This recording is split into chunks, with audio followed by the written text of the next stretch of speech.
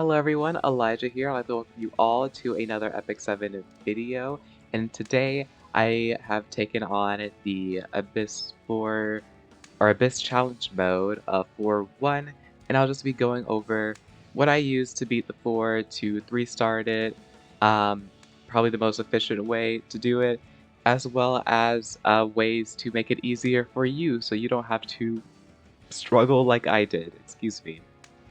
So, that being said, to start things off with this composition, we're using Harissa, Fire Schuri, ALots, and Lots. This is a very common Abyss 4 strat uh, team comp.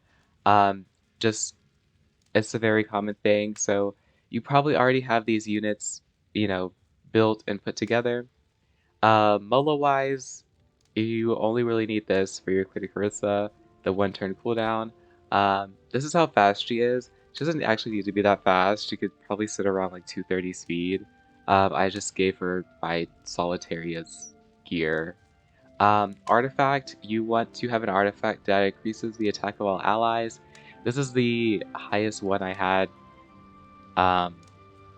raised artifact. There's other artifacts that do this, but this is the one that had the highest attack percentage that I didn't have to like put any charms into, so I just went with Warhorn.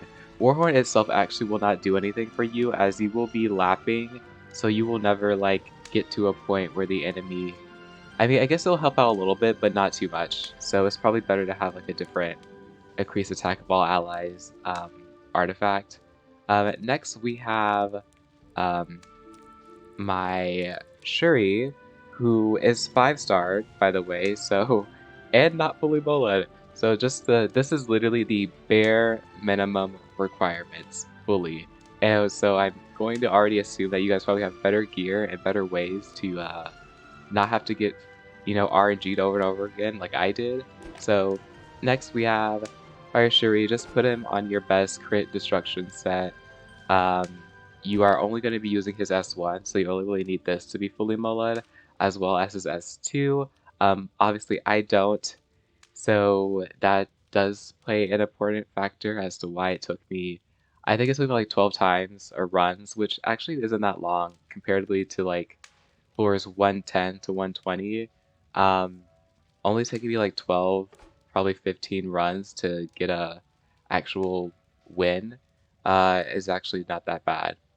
But yeah, if I 6-starred him, he probably would have a lot higher attack and would probably made it a lot easier. So you don't have to, but it will make your life easier.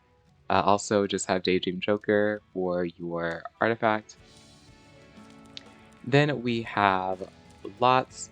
Artifact, you want to have a Toem. You want this to be as enhanced as much as possible. As well as he doesn't have to be this fast. He can actually be your slowest unit on your team.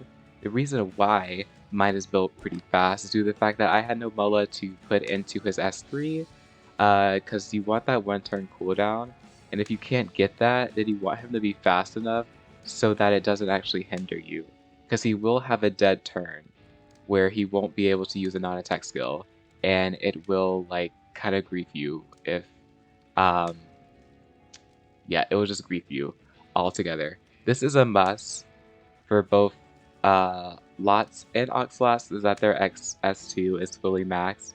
But yeah, obviously I managed to do this without this being fully maxed, but it will benefit you greatly if it is, as well as this artifact. His stats actually don't really matter, but you just have to be that fast. And yeah, so just you could probably build him as like any other Soul Weaver, and if you already have him built, he's probably fine the way he is. Auxiliary Lots, this is probably your most important unit to be the fastest. 270 or higher. Yeah, 270 or higher. This artifact, if you have it plus 30, this is already an easy Abyss 4 for you.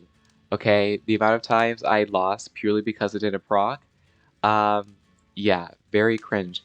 So the highest this is maxed, you want this to be as close to 100% as possible because it will make your life easier. Also, his speed 270 or higher. I think that's kind of the requirement, as well as having him be this fully maxed, and your life will be so much easier.